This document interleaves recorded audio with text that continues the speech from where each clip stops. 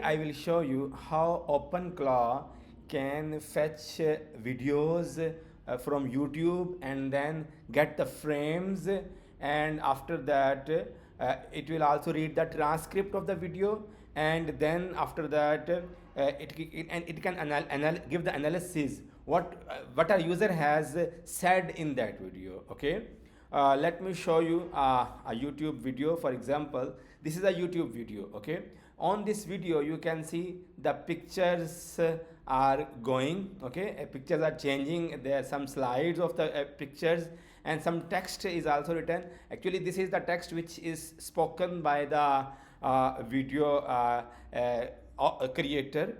Okay, so you can see all the pictures, text. So now I will show you what I have done with OpenClaw and by using the Python code. Okay, look at this folder. Okay, in this folder you can see the video which has been downloaded by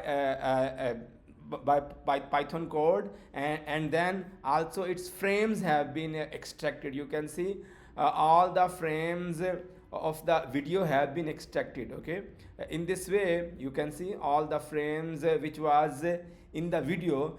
Those all frames have been extracted, and then after that after fetching the frames, you can see this is the analysis which have been done, and you can see here the channel author, and then this is the URL of the video and video ID, and then you look at here, this is just some detail of the text, and for each frame what was said by the video creator. For example, in this screen, in this scene 002, spoken, what was spoken and what was visual. You look at here, what was the visual? A wide aerial shot of dense urban city space. So it is actually telling the space, actually is telling the place.